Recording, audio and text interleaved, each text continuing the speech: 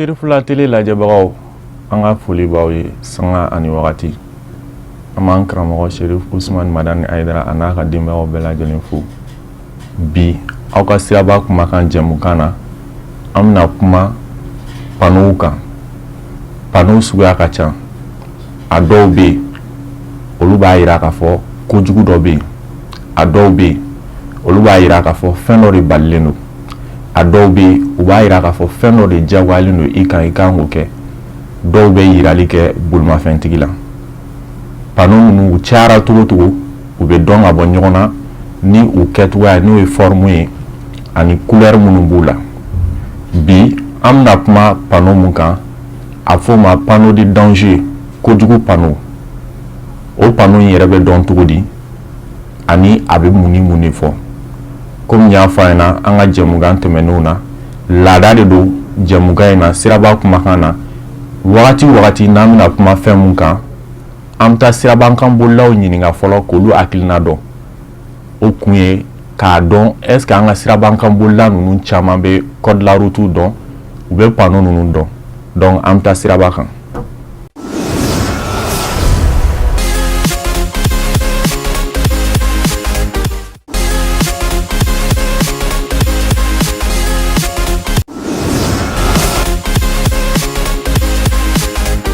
Ça doit faire un panneau de danger. Panneau de danger généralement panneau nous au cercle qu'on a utilisé les rouges quoi. Bon on est pour les panneaux de danger quoi. Et panneau de danger généralement ni bita woro na i manga bonne femme nu généralement panneau de danger ni fan de la kacha quoi. Ni woro nu be qui sont susceptibles de danger quoi. Et panneau ni kacha quoi. C'est vrai ça quand on panneau in kelé mais on de quand quoi. Ça permet de freiner un peu comment dire l'accident un peu quoi.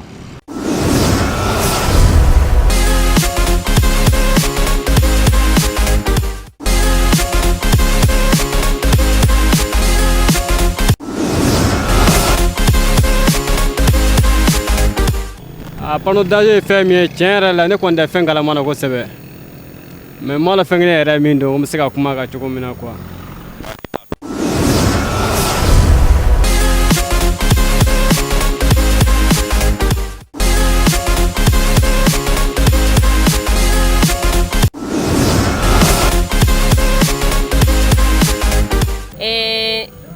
Bugusolama do a munumunu ne do ni bileman ye ka kɔnɔna kɛ jɛma ou bien nɛrɛmugulama ye ni dugu kɔnɔna do mètre 50 do ni burusu kɔnɔna do mètre 150.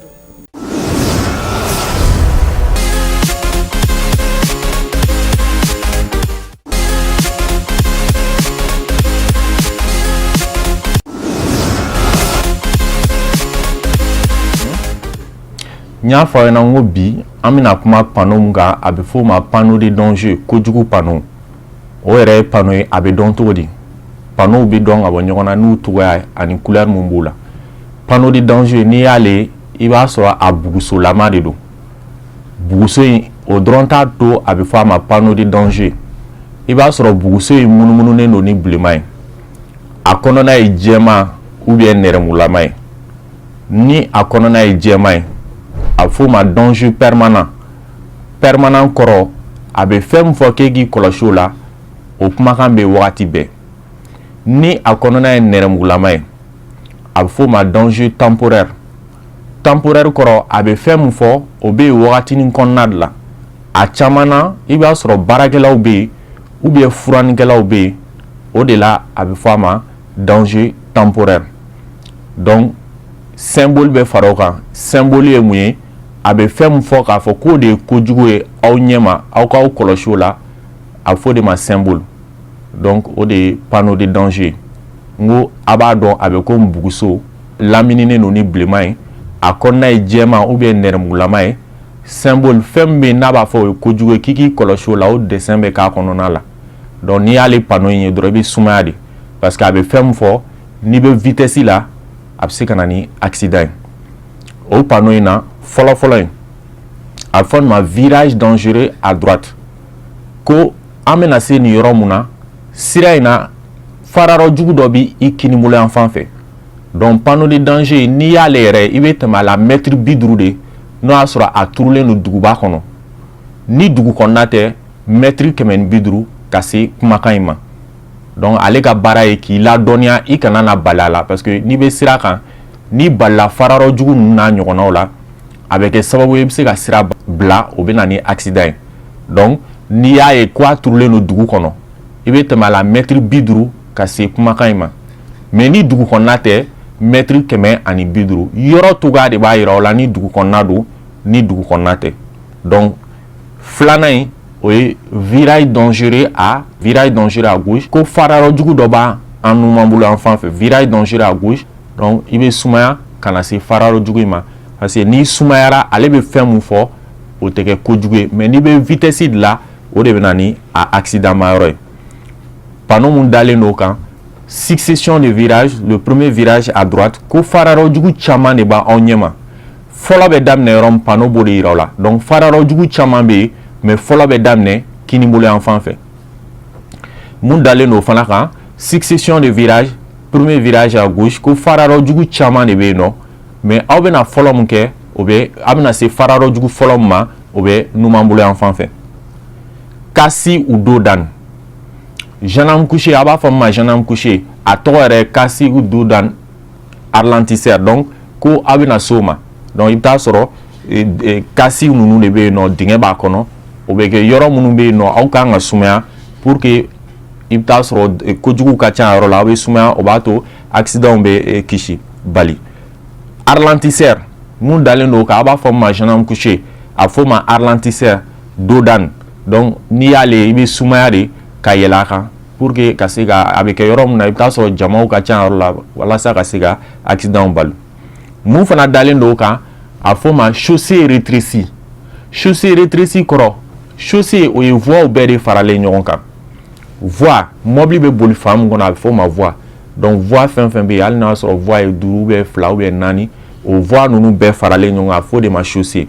Donc ko nin yɔrɔ in na chaussée mun de don i bɛ taa sɔrɔ a daminɛ de ka bon mais taalen ɲɛfɛ a bɛ dɔgɔya. Chaussée rétrécie à droite nin fana la sira in daminɛ ka bon mais taalen ɲɛfɛ i b'a sɔrɔ a bɛ dɔgɔya ka taa kini bolo fɛ.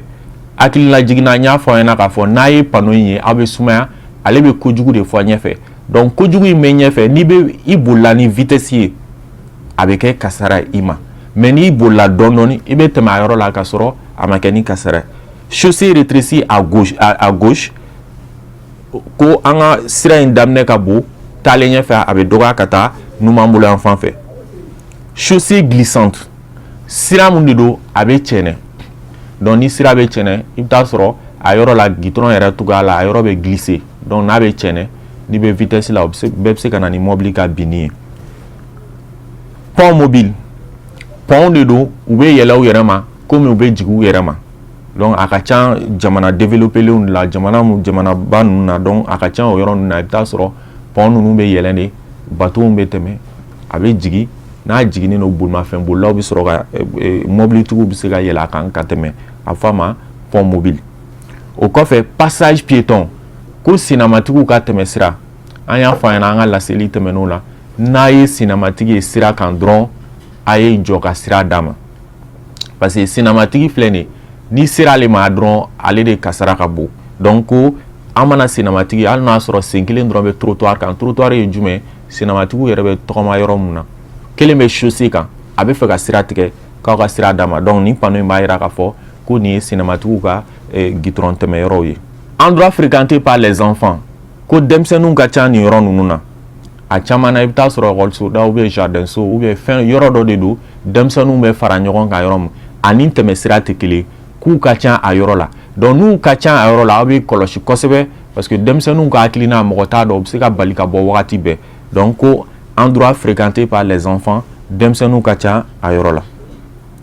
Autre danger ou danger quelconque nin yɔrɔ in na ko danger dɔ bɛ yen a m'a fɔ nin kojugu in de don mais aw kɔni bɛ sigi n'a ye k'a fɔ an bɛna se kojugu dɔ ma a bɛ se ka kɛ baarakɛyɔrɔ usine dɔ dabɔlen don k'a bila gitron na donc mobilibaw bɛ bɔ wagati bɛɛ o n'a ɲɔgɔnnaw. Donc an ka kɔlɔsi n'an tɛmɛna panneau in na an bɛna se kojugu dɔ ma ɲɛfɛ. Passage d'animaux domestiques sokɔnɔ baganw ka tɛmɛ sira. Donc n'i tɛmɛna panneau na ni dugu kɔnɔna don mètre 50 ni dugu kɔnɔna tɛ mètre 150 i bɛna se yɔrɔ ma yɔrɔ min ni sokɔnɔ baganw bɛ se ka tɛmɛ gitron ka a yɔrɔ la wagati bɛɛ. Passage d'animaux sauvages ko kungo kɔnɔ baganw de bɛ tɛmɛ nin yɔrɔ la ka caya. Donc o la panneau i bɛ na tɛmɛ a la mètre 150 i bɛ se yɔrɔ ma yɔrɔ min ni kungo kɔnɔ baganw ka tɛmɛni ka ca o yɔrɔ la. Passage cavalier ko nin ye sobolilaw ka tɛmɛsira de. Donc o yɔrɔ la i bɛ taa sɔrɔ sobolilaw de bɛ tɛmɛ o yɔrɔ la. Descente dangereux de 15%. Donc nin kɔti jigin de kɔti sira in i bɛ taa sɔrɔ a kɔti jigin de barika ka bon. N'i ye mètre 100 boli i b'a sɔrɔ mètre 15 bɛɛ ye jigin ye. Donc nin bɛɛ ye kojugu de n'i bolila ni vitesse ye a bɛ se ka na ni accident. Kɔti jigin yɛrɛ o ye vitesse ye. Donc ni e fana bɛ vitesse la yɔrɔ o bɛ se ka na ni accident. Donc ko nin kɔti jigin de n'an ye mètre 100 boli i b'a sɔrɔ mètre 15 bɛɛ ye jigin. Annonce des feux tricolores. Donc k'an bɛna se feu ma feu an y'a fɔ a ɲɛna ka tɛmɛ ni bilenman de don an kan ka jɔ nɛrɛmugulama n'a bɛ ka mɛnɛ ka sa an bɛ tɛmɛ ni hakilisigi ye n'a jɔlen don an kan ka jɔ vertilama in kɔrɔ an ka tɛmɛ. Donc feu ye kojugu ye parce que n'a ale bɛ turu sira kunbɛnw de la n'a bɛ bilenman na n'i tɛmɛna a bɛ se ka na ni accident ye. Circulation à double sens ale la sira bɛ kɛ taa ni ka segin. Panneau de danger tɔw la an ko kumakan min sɔrɔ mètre 50 ni dugu kɔnɔna don ni dugu kɔnɔna tɛ mètre 150 yɔrɔ cogoya de b'a yira ni dugu kɔnɔna don ni dugu kɔnɔna tɛ mais ale la ale kumakan bɛ sɔrɔ a yɛrɛ turu yɔrɔ la circulation à double sens donc sira bɛ kɛ taa ni ka segin ye. Donc Sudan Sine yɔrɔ la a panneau dɔ bɛ yen nɔ o b'a yira k'a fɔ sira mun ne tun b'a kan tagali dɔrɔn de don mais ni sira ale ma a bɛ kɛ taa ni ka segin ye a bɛ daminɛ panneau turu yɔrɔ la. Mais panneau ninnu na fɛn wɛrɛw bɛ yen nɔ a bɛ fɔ mun ma panneau so olu bɛ bila panneau duguma. Donc o bɛ se ka distance wɛrɛ fɔ an ye minnu fɔ mun t'o ye mais n'o b'a la o b'a yira k'a fɔ a kumakan tɛ sɔrɔ mètre 50 a tɛ sɔrɔ mètre 150 mais panneau so in ka mètre hakɛya min sɛbɛnnen don o kɔnɔ a bɛ sɔrɔ o de la. Donc circulation à double sens ale kumakan bɛ daminɛ panneau turu yɔrɔ la. Chute de pierre ou des pierres tombées sur la route. Ko nin yɔrɔ la gabakurun de bɛ bɔ sanfɛ ka bin ou bien an bɛ se ka bali gabakurun binni na gitron sanfɛ a yɔrɔ ninnu i bɛ taa sɔrɔ gitron bɛ tɛmɛ yɔrɔ min na kulu b'a yɔrɔ la donc gabakurun bɛ se ka bɔ sanfɛ ka bin ou bien an bɛ bali gabakurun binni na comme n y'a fɔ an ɲɛna cogo min na n'a ye nin panneau ninnu aw bɛ sumaya de parce que ni aw bɛ vitesse de la kojugu mun fɔlen don a bɛ se ka na ni accident. Déboucher sur un quai ou une berge donc ko nin yɔrɔ in na sira in bɛ taa bila ji ou bien jida la sira in tɛ taa ɲɛfɛ. Donc n'i y'ale ni dugu kɔnɔna de don mètre 50 kɔrɔ i bɛ taa bila ji ou bien jida donc o b'a yira k'a fɔ sira in tɛ continuer i kan ka segin kɔ n'i ye nin panneau ye. Déboucher de cyclistes ou de cyclomotoristes venant de gauche ou de droite donc nin yɔrɔ la nɔgɔsotigi ɲɛsinnen don numanbolo yan fan fɛ ale b'a yira k'a fɔ an ni nɔgɔsotigi ou bien moto fitinitigiw an n'olu bɛ bɛn u bɛ bɔ an numanbolo yan fan fɛ komi u bɛ se ka bɔ an kinibolo yan fan fɛ. Filanan in o fana nɔgɔsotigi de b'o kan mais a ɲɛsinnen don kinibolo ma o b'a yira k'a fɔ an ni nɔgɔsotigi ou bien moto fitinitigiw bɛ bɛn u bɛ bɔ an numanbolo yan fan dɔrɔn fɛ. Endroit fréquenté par les avions ko nin yɔrɔ la avion ka jiginni an'u ka yɛlɛnniw de ka ca nin yɔrɔ in na donc i bɛ taa sɔrɔ avion de bɛ nin yɔrɔw la ka caya donc endroit fréquenté par les avions. Ensuite endroit exposé au vent latéral nin yɔrɔ la i bɛ taa sɔrɔ fiɲɛ de fanga ka bon ka taa fan kelen fɛ donc fiɲɛ fanga ka bon n'i bɛ vitesse la fiɲɛ fanga ka bon ni bolimafɛn ye a bɛ se ka mobili labin donc comme n y'a fɔ an ɲɛna cogo min na n'a ye nin panneau ye dɔrɔn a bɛ sumaya de parce que ale n'i bɛ vitesse la de a bɛ se ka na ni accident. Carrefour giratoire priorité à gauche donc nin panneau in nin b'a yira k'a fɔ an bɛna se rond point de ma i n'a fɔ Tour d'Afrique bɛ cogo min na donc priorité bɛ di numanfɛmɔgɔw de ma. Code de la route la a fɔra régime de priorité à droite ko priorité ka kan ka di kinibolo de fɛ sira kunbɛnw na siraw bɛ bila ɲɔgɔn na yɔrɔ min na n m'a fɔ ni mɔgɔ bɛ ka bɔ carré kɔnɔ dɛ intersection siraw bɛ bila ɲɔgɔn na yɔrɔ min na priorité bɛ di kinifɛmɔgɔ de ma mais nin yɔrɔ la ko priorité bɛ di numanfɛmɔgɔw de ma i bɛ taa sɔrɔ mɔgɔ minnu bɛ anneau kɔnɔ ka munumunu donc an bɛ jɔ olu de bɛ tɛmɛ olu bɛ bɔ an numanbolo yan fan de fɛ an bɛ jɔ olu bɛ tɛmɛ an bɛ sɔrɔ ka tɛmɛ donc carrefour giratoire. Passage à niveau avec demi-barrière automatique. Donc, ni panneau b'a yira k'a fɔ an bɛna se arrêt de ma train tɛmɛ sira barrière automatique b'a la panneau so mun b'a la o de b'a yira k'a fɔ barrière ye automatique ye donc barrière ninnu bɛ jigin u yɛrɛ ma comme u bɛ yɛlɛ u yɛrɛ ma ni terrain bɛ nalen. ensuite nin fana ye passage à niveau ye mais barrière ye suguya fila ye barrière fitini b'a la barrière janjan b'a la donc barrière janjan ninnu na a bɛɛ bɛ turu mètre 150 de tɛrɛntɛmɛsira panneau ninnu minnu ye passage à niveau ye a kɛra dugu kɔnɔ ye dugu kɔnɔna tɛ olu bɛ turu mètre 150 de yanni aw ka se arrêt ma donc mètre 50 ko t'o la ale ye mètre 150 de wagati bɛɛ nin fana y'o tɛrɛntɛmɛsira kelen de mais ninnu fila de bɛ taa ni ɲɔgɔn ye i bɛ se fɔlɔ in ma fɔlɔ donc n'i ye dɔ boli yanni ka se arrêt ma i bɛ se filanan in ma parce que barrière fitini t'ale la barrière kumaba t'ale la donc aw mana se filanan in ma a bɛ jɔ filanan in yɔrɔ de la ka lajɛli kɛ ni terrain tɛn'ale tuma min na a bɛ sɔrɔ ka tɛmɛ donc ninnu ye panneau de danger minnu kɔnɔna ye jɛman ye a fɔ olu ma danger permanent o kɔrɔ a kumakan bɛ yen wagati bɛɛ i nana wagati o wagati i b'a kumakan sɔrɔ yen maintenant an k'a kɔnɔna bɛ se ka kɛ nɛrɛmugulama fana ye nɛrɛmugulama ninnu olu fana u bɛ yen wagatinin kɔnɔna de la a bɛɛ ye kelen a bɛɛ ye forme a bɛɛ ye cogoya ye bugusolama ye k'a lamini ni bilenman ye donc kɔnɔna couleur dɔrɔn de bɛ falen donc an k'o ye jɛman ye o bɛ yen wagati bɛɛ mais nin na nin ye nɛrɛmugulama de ye o bɛ yen wagatinin kɔnɔna de la n y'a fɔ k'a fɔ a caman na i bɛ taa sɔrɔ baarakɛlaw de bɛ yen yan'u ka tila baara la nin fɔlɔfɔlɔ in ale b'a yira k'a fɔ ko baarakɛlaw bɛ yen nɔ donc n'u tilala baara la u bɛ panneau in ta ka bɔ yen nin yɔrɔ in fana ko chaussée rétrécie mais a nɛrɛmugulama de don code la route la fɛn minnu ye nɛrɛmugulama ye hali n'a kɛra goudron les marquages au sol goudron sanfɛ terrain ninnu ani panneau n'a y'a sɔrɔ a bɛ nɛrɛmugulama la dɔrɔn a bɛ fɛn min fɔ o kɔrɔ a bɛ tila ka bɔ yen a caman na baara de bɛ yen nɔ a kɛlen don nɛrɛmugulama ye yan'u ka tila baara la donc chaussée rétrécie ko nin yɔrɔ in na sira in daminɛ ka bon i bɛ taa sɔrɔ baarakɛlaw bɛ yen nɔ olu de kɛlen don ka sira fan dɔw dɔgɔya yan'u ka tila baara la donc n'u tilala u bɛ a bɔ yen sira bɛ bila a cogoya la donc wagatinin ko de don parce que a kɔnɔna ye nɛrɛmugulama ye chaussée glissante ale fana nɛrɛmugulama de don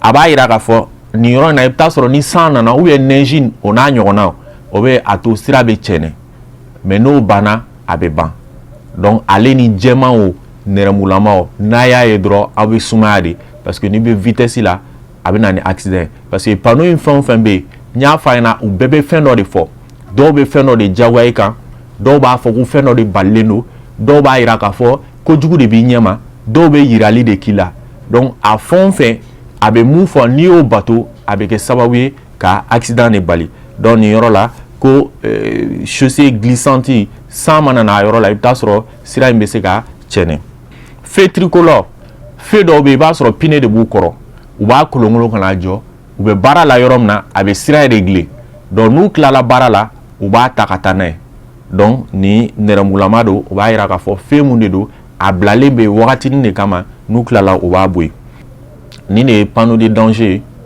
panneau mun n'a bɛ fɔ a ma kojugu panneau o panneau in n'i y'ale ye an ko i bɛ sumaya pour que ka se ka accident éviter panneau ninnu na u bɛɛ n'u ka baara de don u bɛɛ bɛ bolimafɛnbolilaw de dɛmɛ walasa ka se ka accident bali hakili bɛ to ko kelen de la n'an ye kojugu panneau in ye panneau mun kɛlen don ni bilenman ye buguso panneau mun bugusolama don k'a lamini ni bilenman ye k'a kɔnɔna kɛ jɛman ou bien nɛrɛmugulama ye symbole fɛn min bɛ yen n'a b'a yira k'a fɔ ko o ye kojugu ye n'o o dessin b'a kɔnɔ n'an y'ale ye dɔrɔn an bɛ sumaya ka d'a kan a bɛ fɛn dɔ de fɔ an ɲɛ ma fɛn min bɛ sɔrɔ an ɲɛ ma ni mètre 50 don dugu kɔnɔna don mètre 50 an bɛ se o ma mais ni dugu kɔnɔna tɛ mètre 150 an bɛ s'a ma donc ni vitesse nana o danger ninnu na dɔrɔn a bɛ se ka accident nati donc bi an ka siraba kumakan jɛmukan na an ye mun sɔrɔ bi o tun ye ka kuma ni panneau in kan